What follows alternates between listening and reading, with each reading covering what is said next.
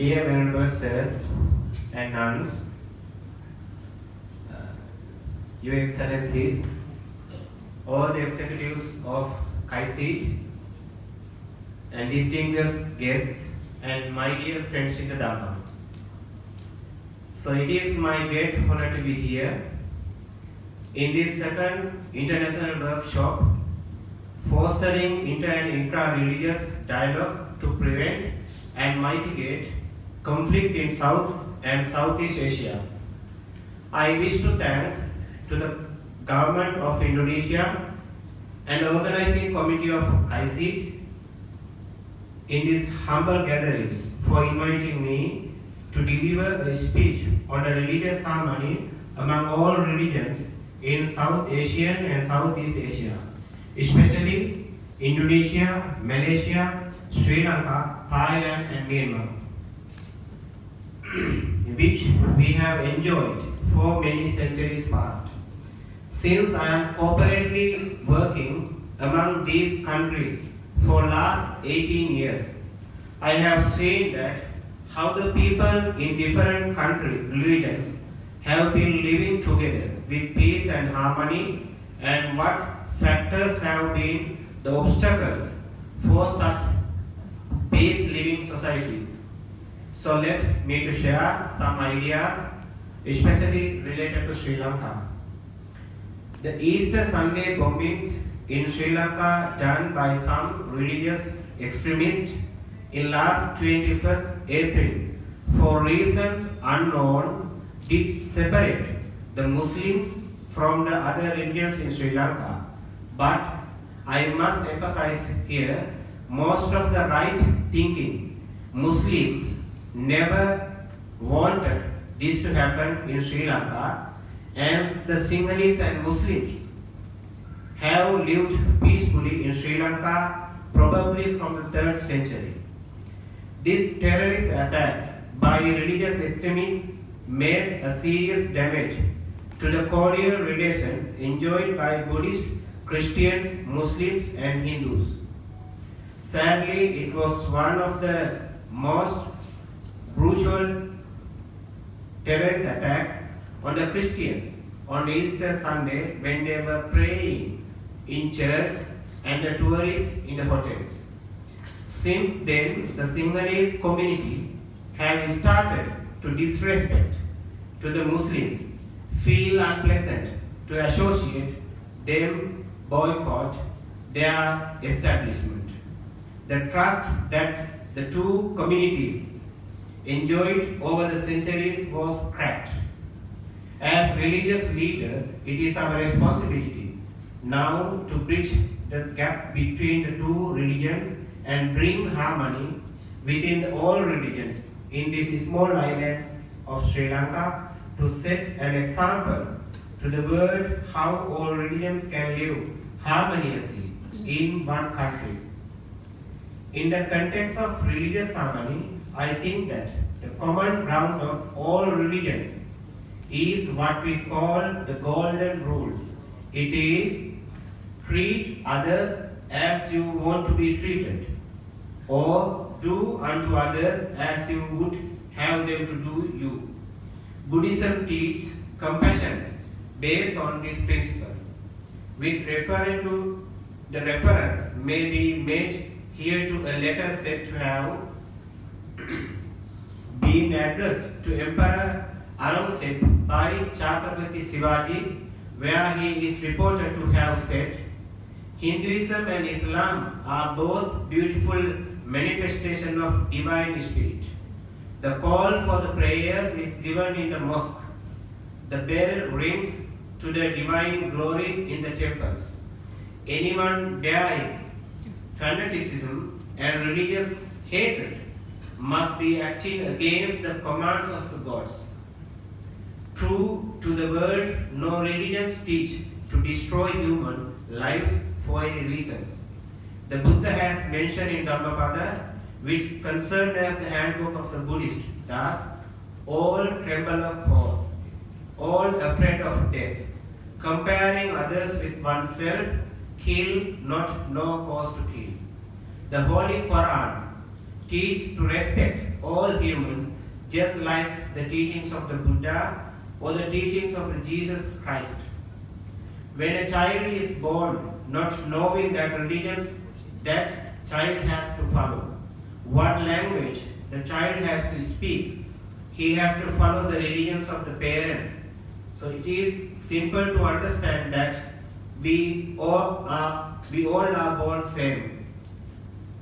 All religions preach us to live in harmony, peace and togetherness, and spread out the message of love and brotherhood and not hatred. They inculcate in us resilience, tolerance, and forbearance for all religions and faiths, even sacrifices when needed. The time has now come for all mankind to live on earth in harmony as a single family. Living in harmony is no longer simply an ethical principle, rather it is a way of life. Maulana Wahidin Khan, a prominent Islamic scholar, has mentioned in his book that no wisdom is needed to engage in violence. Any foolish person can do so. But establishing and maintaining peace do require a highly level sagacity and planning.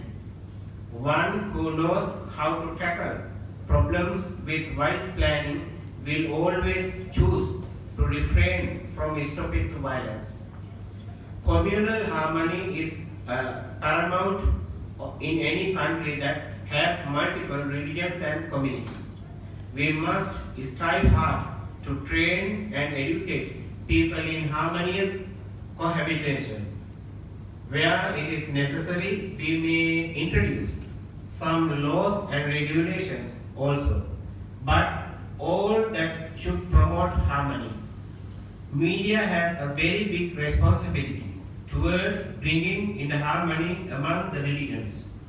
Too much of freedom in social media has allowed people to write things which a normal person with a normal mind would not. Hatred is spread in the social media. The young generation who reads this get the hatred into their minds. There should be a law to control the media, including all social media, where such hatred towards a religion, caste or nationality should not be allowed. It will be easy for the operators of social media to say how they can control millions of thoughts per day in their social media published daily and every minute. I am a highly advanced world today. There could surely be a way to control this. Instead of spreading hatred, the social media could be used to spread harmony among all people. I must appreciate that the fact soon after the Easter Sunday attacks, the leader of the Christian community in Sri Lanka, the Most Reverend Cardinal, said that all Muslims should not suffer for this which was done by a small group of terrorists, obviously with the help of an international terrorist organization to be established Sri Lanka. He has said many times that Sri Lanka is a Buddhist country and all people in this country must respect the Buddhist teachings and their tradition which paved the way for people to live in harmony for many centuries. All religious leaders, we must take this initiative to teach the people, especially the young generations, the importance of religious harmony, especially in Sri Lanka, Thailand and Burma, where the religious tension is on the rise. But unfortunately, in Sri Lanka and other countries, politicians try to gain mileage through spreading religious disharmony. The people should be educated not to fall into these traps of the politicians, for they do only for their benefit and not for the development of the country. Communism is an obstacle in the development of any country. Sri Lanka has been legacy for unity and diversity. which has to be maintained through the promotions and communal harmony.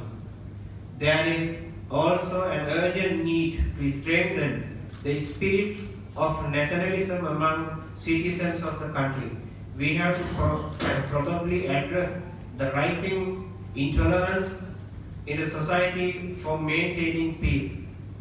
Apart from that, it is also necessary that the people of different religions should realize that they have to live together and mingle with each, because mixed neighborhoods are fast disappearing.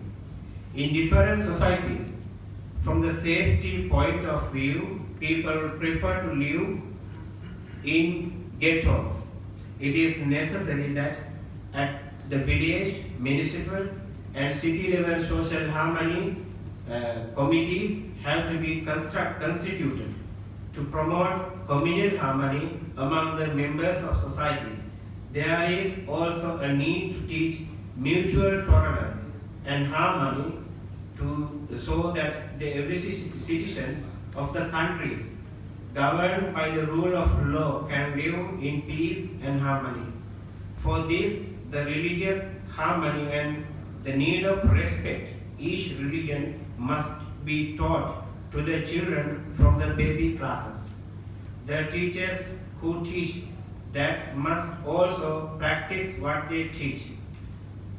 The social, political, racial and international tensions and conflict which threaten the very existence of mankind today have all their seeds in the soil of our minds. The soils therefore needs to be dug up down to the very roots and turned over to the seeds of mutual understanding and respect, love and cooperation, else humanity will perish.